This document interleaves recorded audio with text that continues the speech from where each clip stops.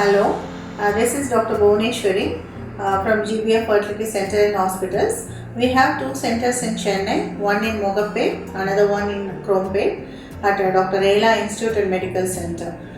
So today I am going to talk about hysteroscopy. What is hysteroscopy? Hysteroscopy is nothing but it is a scopy passed inside the uterus to see the endometrial cavity, that is uterine cavity, and tubal openings and cervix. So these are the main parts of the uterus. From the cavity outer side, through the laparoscopy we usually check tubes and their patency. So tubes, whether they are patent or not, whether there is any block or not, we will be checking through the laparoscopy. And ovaries also we will be seeing through the laparoscopy. Uterine shape, everything can be made out by doing laparoscopy. There are some factors like endometriosis, pelvic infection, other associated organs and all can be visualized through laparoscopy. In hysteroscopy, what is the difference we see? It is within the cavity, within the uterine cavity. So we can only see the passage from inlet to tubal ostia. So inlet means from the vaginal side, through the cervix into the uterine cavity, and we will see the beginning of the tubes, that is two tubal openings we can see.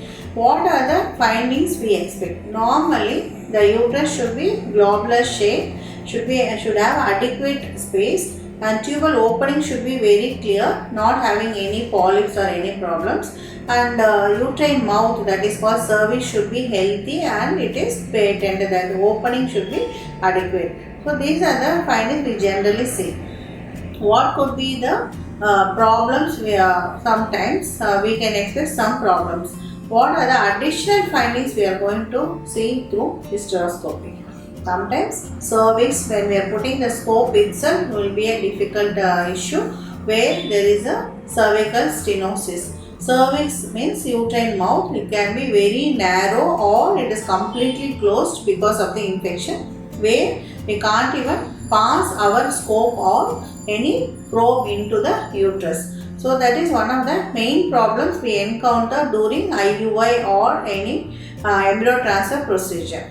So because of those difficulties, we generally advise cervix dilatation and do a hysteroscopy. So once we encounter that problem, we can dilate that and do some resection and proceed with the hysteroscopy. Once we go inside the uterine cavity, we expect sometimes there could be any problems of polyps, fibroids. Polyps are mainly arising from the endometrial lining, that is soft tissues. So endometrial polyps, it can be single or multiple.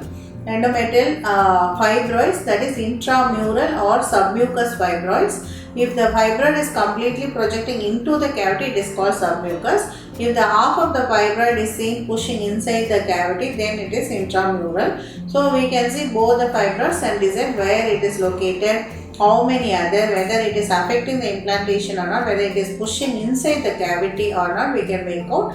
And next comes the tubal opening. Tubal opening, both the sides, tubal ostia, we will be able to see. In that maybe sometimes there could be some small polyps, small soft tissue hangings or tissue block, or completely fibrosed because of the infection and scarring. Sometimes completely it will be closed. We have to make sure that we will break the fibrous tissue and then see the opening. And there are sometimes we see uterine septum, which may be very mild or it can be deep. It will be dividing the cavity into two. Sometimes it is complete septum, sometimes it is partial or arcuate. So one of these septum we can definitely do resection along with the hysteroscopy. And if there is a polyp, we can remove polypectomy. If there is a fibroid, we can do myomectomy. If there are any uterine anomalies like septum, arcuate or narrow cavity, we can do metroplasty and septal resection. If there are some tubal ostial problem, tubal opening, if there is any polyp or anything, we can remove polyps again. Cervical dilatation we can do. So all these procedures can help you conceive normally post hysteroscopy. And we have done hysteroscopies before IVF, and we have seen many times polyps and small subtle factors like this scarring, polyps, avascular areas, Asherman's, and other things could be made out only through hysteroscopy. Sometimes people would have done 3 or 4 IVFs and hysteroscopy wouldn't have been done. In those cases, again when we do hysteroscopy and post hysteroscopy, the findings are very good, and also implantation rates are also improved. So that is the reason we advise them hysteroscopy before IVF is very important. If you are doing laparoscopy, then it is better to do along with the laparoscopy. Always I do hysteroscopy along with the laparoscopy. If you want a corneal cannulation or tubal block removal, again you have to go through the hysteroscopy only. So these are important aspects of hysteroscopy. It is very useful for correcting the problems, assessing the problems, and also improving the pregnancy and implantation rates. So thereby we can give you a better success rate. And next comes hysteroscopy. Is there any complication? How long it will take? Generally, hysteroscopy will take, for an experienced surgeon like me, it will take 15 to 20 minutes. Everything will be over, including the operative hysteroscopy. But in case if your cervix is difficult, it needs a dilatation, it may take some time. Or if the fluid pressure is not correct, then also it will take some time. Otherwise, it is a very simple procedure done as a daycare. You can come in the morning 2 hours before the procedure and will be prepared, and once the procedure is done, after 2 to 3 hours you will be alright. You can walk, you can do normal activities. Post hysteroscopy, again you can be normal, even from next day you can work. What are the precautions we should take?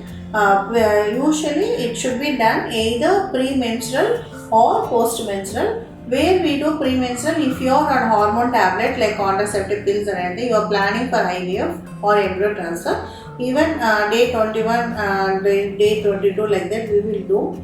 There are some indications like where corneal cannulation has to be done, or polypectomy or fibroid. Then these are the surgeries generally advised post menstrual for reasons that there will be less bleeding and clarity will be there, and endometrial growth will be little less that time, so we can make out the lesion easily. So that is it. Depending on the condition, we can plan all these procedures. And complications, if you are not having a proper setup hospital or not having any experience, and uterus can be perforated, sometimes bleeding can happen. Infections also can be done. Infections is another possibility if it is not done under proper aseptic precautions. Sometimes anesthesia again risky. When we are using fluid also we have to be very careful. So these are the minor issues, but if we are doing everything with a proper setup, with experienced team and proper anesthesia, there should not be any problem. So if you are asked to go for a hysteroscopy, don't hesitate, but make sure that you do it in a proper setup with all the precautions. Thank you.